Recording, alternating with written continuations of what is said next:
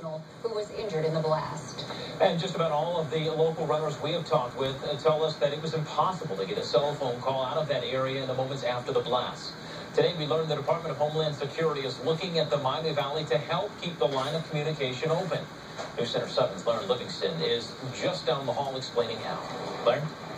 James, I'm with the folks with Skywarn. Now, these are trained weather spotters, but what's key here is that they use a network of ham radios from across the Miami Valley to communicate crucial weather information back to the National Weather Service. They're doing that right now, but these folks, as long as they have their ears to these radios and to the ground, cell service isn't an issue in any situation. Yeah. With our radios, we can talk around the world. And in just a few short weeks, thousands of them, 25,000 people come each year, will be back in the Miami Valley at Hara Arena for Hamvention. It's the largest gathering of ham radio or amateur radio operators in the world.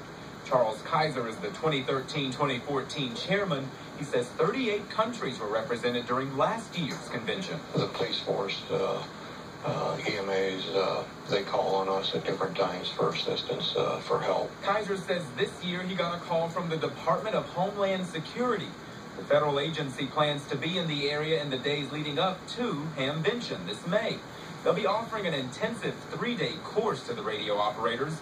The goal is to supplement what they already do with even more skills to help get information out and keep the public safe in emergency situations when the more widely used lines of communication are down.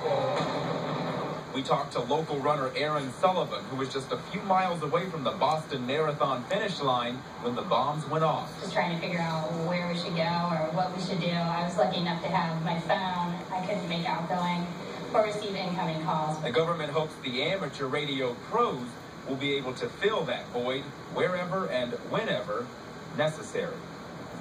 Now, the Department of Homeland Security contacted Hamvention long before yesterday's explosions, which only underscores the urgency for this course. And Hamvention is scheduled for the weekend of May 17th this year. And you can go to WHIOTV.com and click on our web links section to see how you can sign up for this course offered by the Homeland Security Department or register for the convention. But for now, we're live.